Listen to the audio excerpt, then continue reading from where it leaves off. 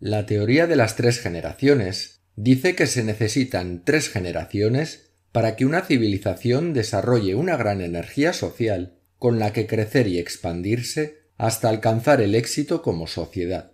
Y también dice que cuando una civilización que está en la cumbre de su desarrollo cultural relaja su energía social liberando la sexualidad, serán necesarias otras 3 generaciones para que esa sociedad se desmorone completamente y sea invadida o absorbida por otra civilización más enérgica.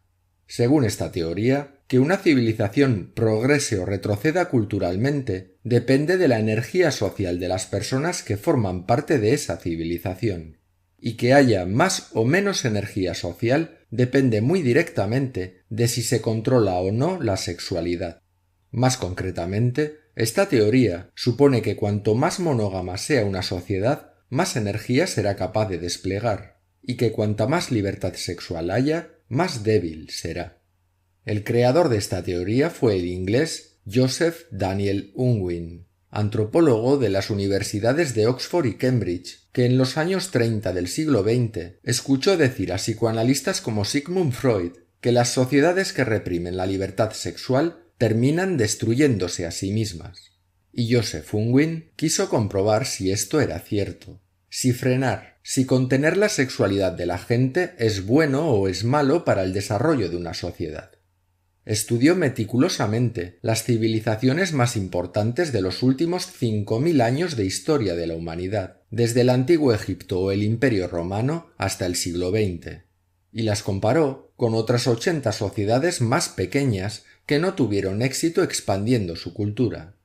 Lo que Unwin esperaba encontrar era que las sociedades se destruyen por reprimir la sexualidad, pero para su sorpresa descubrió justo lo contrario, que las sociedades que reprimen la sexualidad prosperan y se expanden, que las sociedades que practican la libertad sexual nunca llegan a despegar, y que si una civilización monógama en expansión relaja sus costumbres sexuales, lo que le espera es la decadencia y, en el peor de los casos, la desaparición como sociedad al ser conquistada o sustituida por otra sociedad monógama más enérgica. En los tiempos que vivimos, cuando miramos a nuestro alrededor vemos que el sexo está por todas partes, que incluso las actividades más cotidianas padecen una sexualización creciente. A todo se le quiere ver un componente sexual. Se pretende, además, que las relaciones humanas se definan a través del sexo, y ni siquiera la infancia se libra. Este sobredimensionamiento y sobrevaloración de la sexualidad en nuestra cultura, algunos la ven como un avance en el derecho a la libre expresión de las personas, mientras que otros la ven como la prueba de la desintegración de la sociedad y de sus valores tradicionales.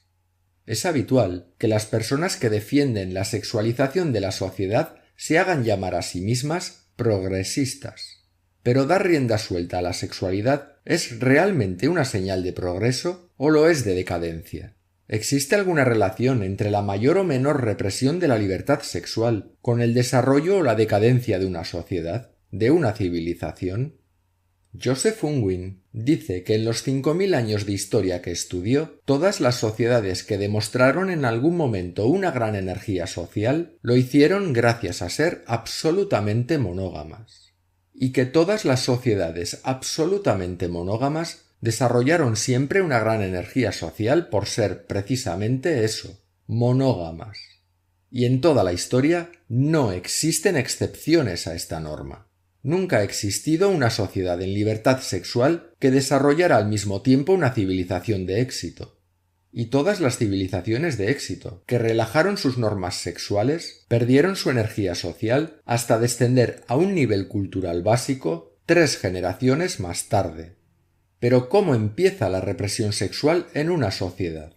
Es bastante común que para responder a esta pregunta busquemos explicaciones retorcidas y enrevesadas para explicarlo, pero los inicios de la contención del impulso sexual fueron mucho más sencillos de explicar de lo que nos pensamos.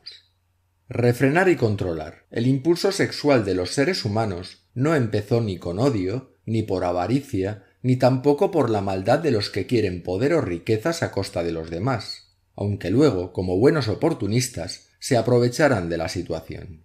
Aunque puede sonar contradictorio, reprimir la sexualidad de hombres y mujeres es bueno y beneficioso para un grupo humano, porque es la manera de evitar problemas y discusiones innecesarias que dividan a la gente y pongan en riesgo las opciones de sobrevivir de una tribu. Sabemos que el instinto humano más potente, después del instinto de supervivencia, es el instinto sexual, que es absolutamente individualista. Me quiero reproducir yo y no me importa si es a costa de los demás.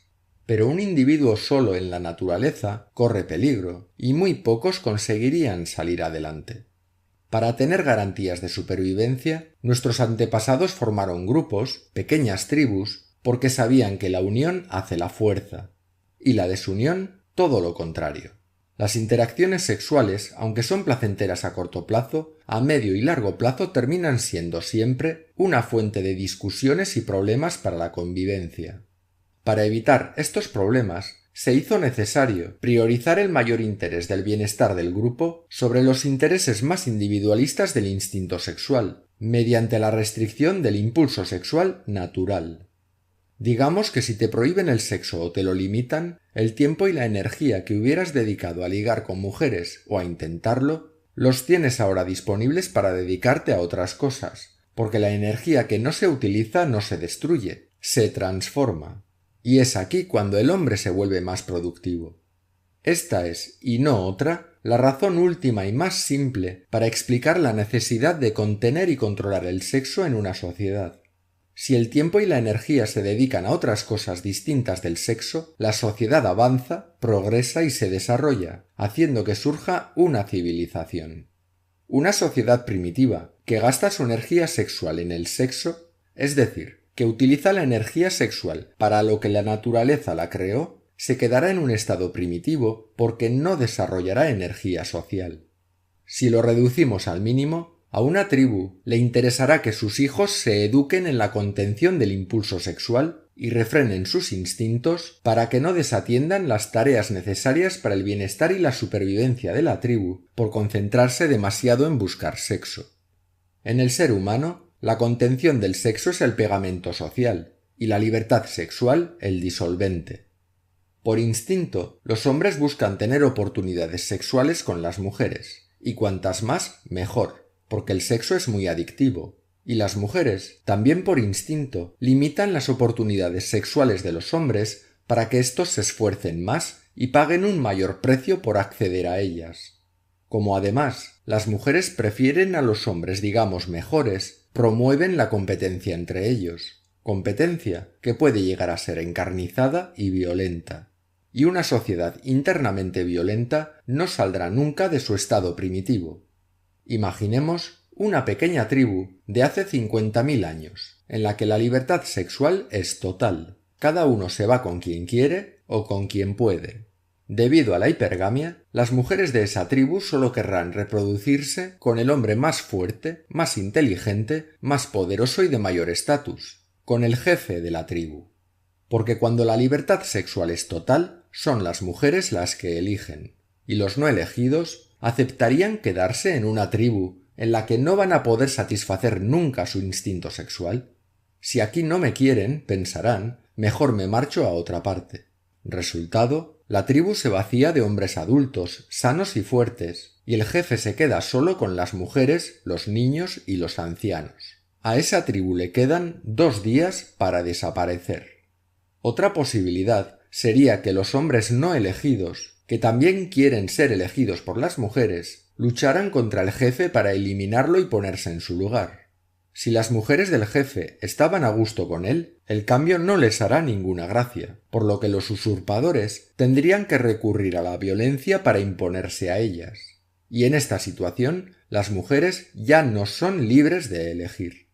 Una tercera posibilidad sería que los hombres no elegidos raptaran mujeres de su propia tribu o de otras tribus y se fueran lejos a formar la suya propia.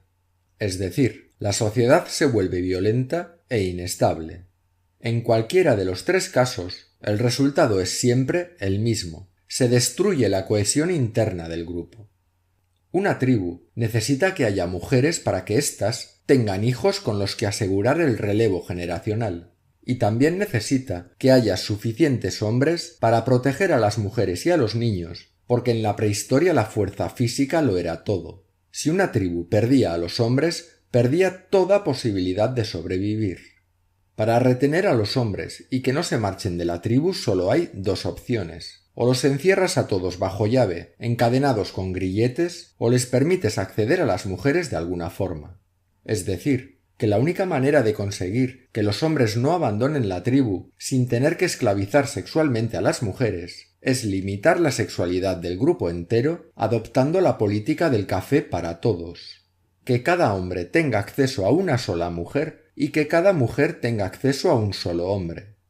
Por tanto, se hace necesario reestructurar la sexualidad de los hombres, impidiendo a los hombres de más éxito tener varias mujeres.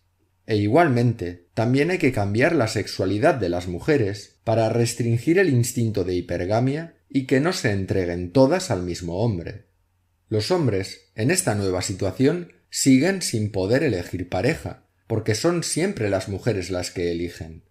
Pero ahora se estaría obligando a las mujeres a darse prisa en la elección, porque sólo tendrán una oportunidad. Y la que dude verá cómo los mejores hombres se los quedan las más avispadas. De esta situación nace el acuerdo social de la monogamia. La primera consecuencia de este acuerdo es que las relaciones internas del grupo se vuelven pacíficas y estables. Y sólo las sociedades internamente estables y cohesionadas pueden progresar y desarrollarse hasta convertirse en una civilización de éxito. Por supuesto, a este acuerdo se llegó con el consentimiento de todos, de hombres y de mujeres, porque si no, la monogamia no hubiera tenido el éxito que ha tenido durante milenios. Los hombres conseguían satisfacer su impulso sexual aunque limitado a una sola mujer, y las mujeres y los niños se aseguraban la protección no ya de un solo hombre, sino de todos los hombres de la tribu, porque ahora la tribu sí dispone de hombres suficientes que actúan en bloque para protegerse de los peligros de la naturaleza o de otras tribus invasoras. Porque una tribu con una moral monógama piensa de manera colectiva, todos son uno, la unión hace la fuerza. La monogamia de estas primeras sociedades era un tipo de monogamia temporal, porque no esperaban que ni el hombre ni la mujer limitaran su sexualidad a una sola persona durante toda su vida, aunque sí a una sola persona cada vez, por lo que el divorcio se permitía bajo ciertas condiciones.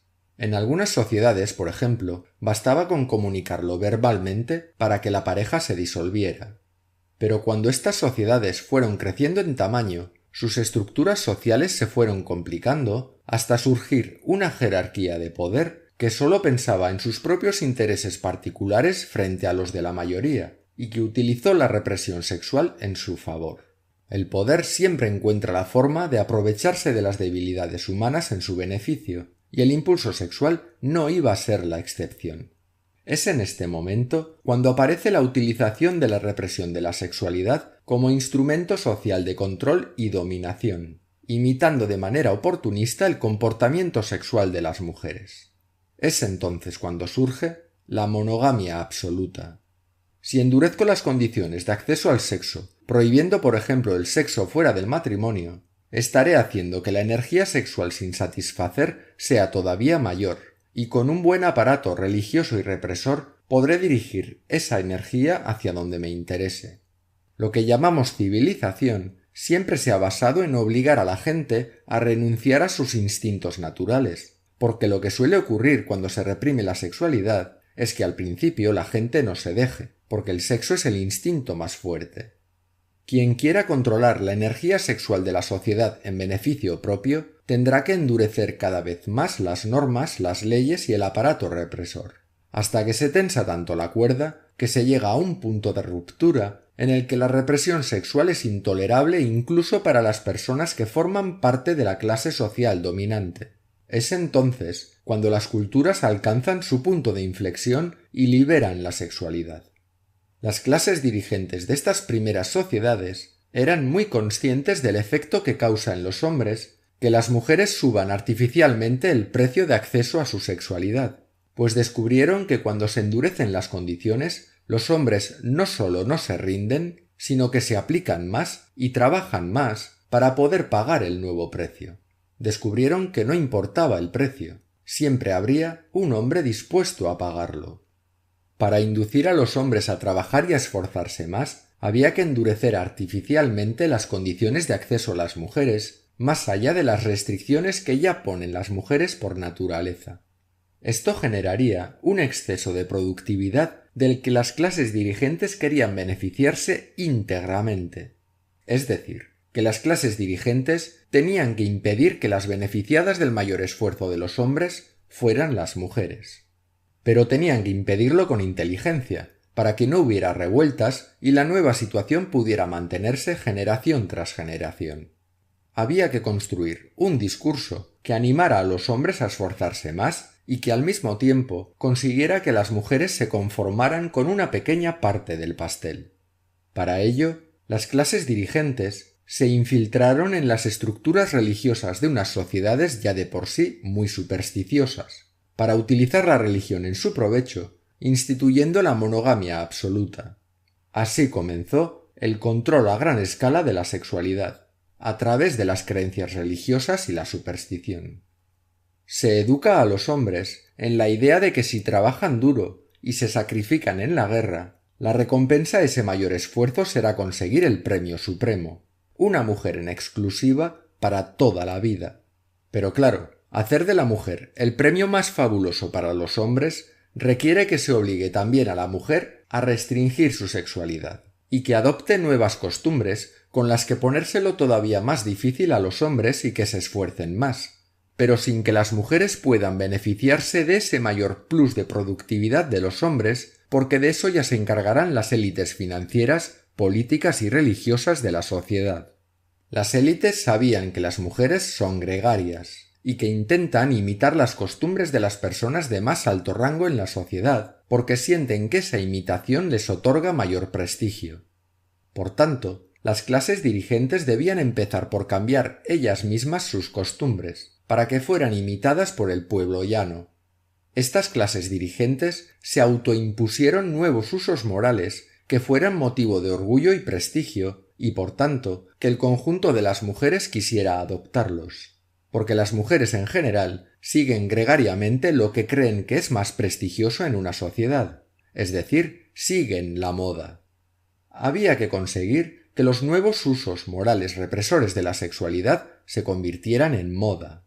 Si se consigue inculcar en las mujeres de las clases privilegiadas la moda de llegar vírgenes al matrimonio, que la virginidad hasta el matrimonio sea motivo de orgullo y prestigio social, las demás mujeres se adherirán a esa moda con absoluto fervor, porque da más prestigio.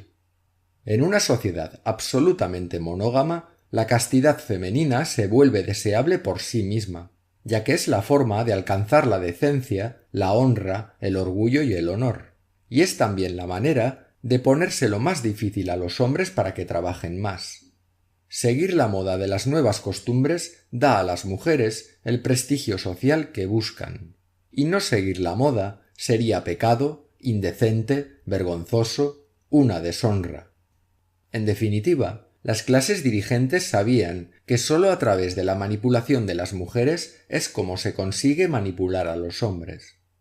Todas las grandes civilizaciones de la historia comenzaron su trayectoria ascendente siendo absolutamente monógamas. En la primera generación desarrollan una energía social expansiva, conquistan países, fundan colonias, etc. Pero si antes de llegar al final del ciclo de las 3 generaciones suavizan las reglas, permitiendo por ejemplo la poligamia, que el hombre tenga varias mujeres a la vez, la sociedad termina perdiendo su energía expansiva. Esto es lo que les ocurrió al Islam y al Imperio mongol.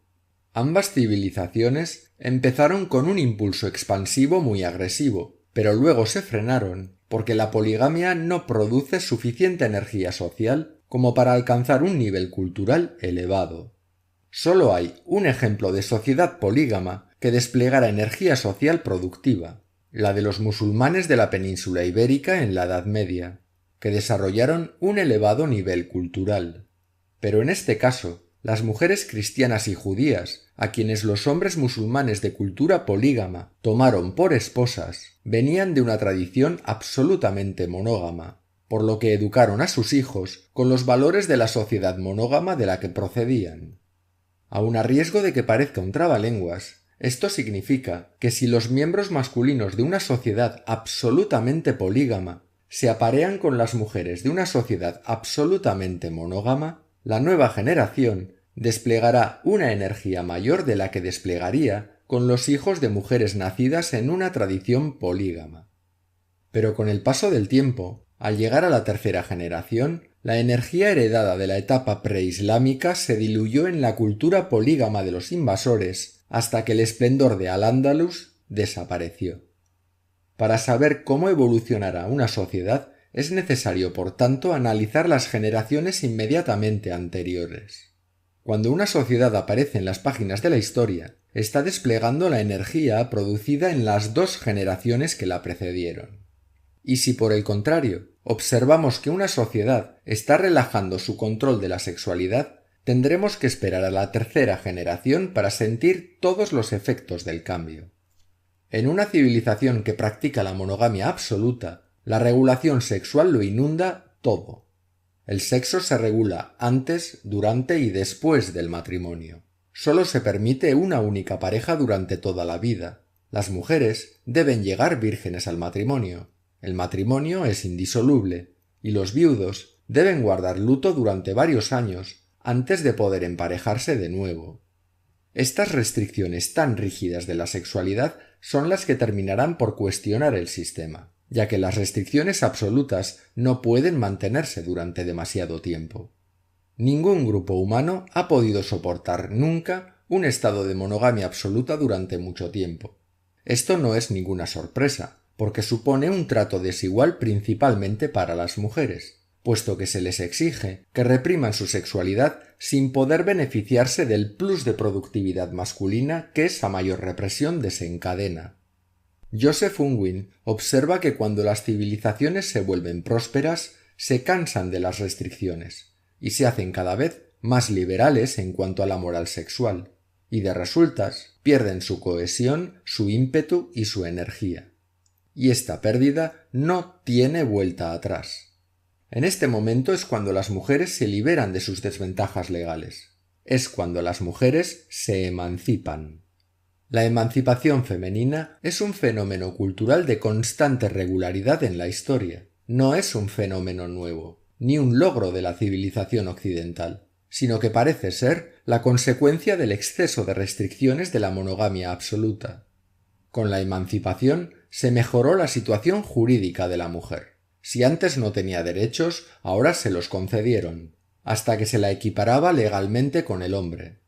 Esto tuvo consecuencias no sólo en la relajación de las normas sexuales, sino también en las reglas del matrimonio. El matrimonio entre un hombre y una mujer ya no se consideraba un asunto comunitario.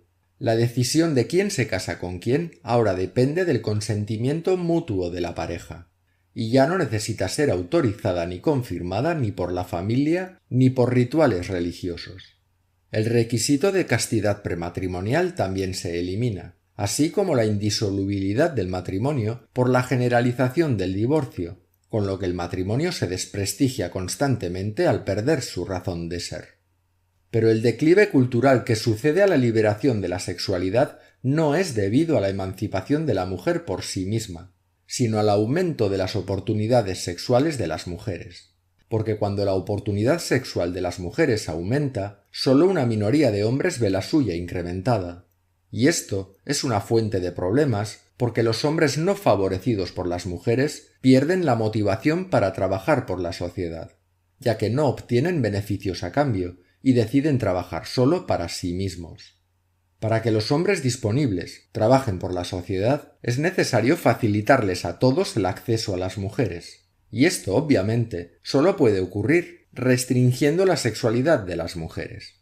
Es decir, la historia se repetirá una y otra vez, a no ser que se encuentre la fórmula mágica que permita obtener una energía social permanentemente alta en condiciones de libertad sexual. Pero esta fórmula no ha sido descubierta por ninguna sociedad de la historia, y por la nuestra tampoco. En definitiva, las sociedades que generación tras generación van introduciendo nuevas restricciones sexuales aumentarán su energía social en una progresión casi geométrica, porque el instinto sexual contenido, el instinto sexual reprimido, se acumula en forma de energía social que necesita encontrar una válvula de escape. La manera en que se exterioriza puede ser tanto constructiva como destructiva. En la historia es muy común que la energía social derivada de la represión sexual se canalice violentamente conquistando otros pueblos, expandiéndose y creando imperios. Pero si este nivel de energía se mantiene durante 2 generaciones más y se encauza debidamente a través de la educación, la energía se transforma en expansión de las ciencias y de las artes. Y si se consigue mantener la energía social en un nivel productivo e innovador elevado, esa civilización terminará desarrollando un enfoque racional del mundo, alcanzando el mayor nivel productivo, innovador y artístico de su historia. A modo de resumen, las sociedades que generación tras generación van añadiendo normas morales y nuevas regulaciones de la sexualidad irán adquiriendo más cultura y sofisticación. Y por el contrario, las sociedades que liberan la sexualidad entrarán en decadencia. En todo caso, las consecuencias últimas de cada cambio introducido se manifestarán 3 generaciones después de producirse dicho cambio, esto es, un siglo más tarde aproximadamente. Si tomamos el mundo en el que vivimos, la liberación sexual comenzó en los años 60 del siglo XX en países como Estados Unidos, Inglaterra, Alemania o Francia. En unos países empezó antes que en otros. Por ejemplo, en España podríamos decir que empezó en los años 70, con los jóvenes que nacieron aproximadamente hacia 1950. Esta sería la generación que se encontró con la libertad sexual, teniendo todavía una alta energía social heredada del sistema tradicional anterior, el de sus padres y abuelos. La primera generación se correspondería, por tanto, con los nacidos entre 1950 y 1980. La segunda generación sería la de los nacidos entre 1980 y 2010. Sería la generación intermedia, la generación que se ve obligada a elegir entre 2 direcciones contrapuestas, entre si quiere una alta energía social o una alta permisividad sexual, porque las 2 a la vez solo pueden coincidir en la primera generación. Y salvo algunas voces discordantes, parece que la permisividad sexual ha calado hondo en nuestro mundo, así que ya no hay vuelta atrás. Y esto nos lleva a que la tercera y última generación, la de los nacidos entre 2010 y 2040, ya no tenga ninguna opción, y será la que sufra las consecuencias últimas de la decadencia cultural. Si Unwin acierta con su teoría de las 3 generaciones, el final de la decadencia cultural se producirá entre 2040 y 2060, cuando ya no quede nadie vivo que haya conocido de primera mano la tradición monógama absoluta anterior a 1950, anterior a la liberación sexual, por lo que nadie podrá enseñar a estos jóvenes de la tercera generación que una vez existió un mundo diferente. Si la teoría de Unwin es correcta o no, solo el tiempo lo dirá. En cualquier caso, no falta mucho para comprobarlo, porque la respuesta está a la vuelta de la esquina. Así que toma asiento y prepárate para la función.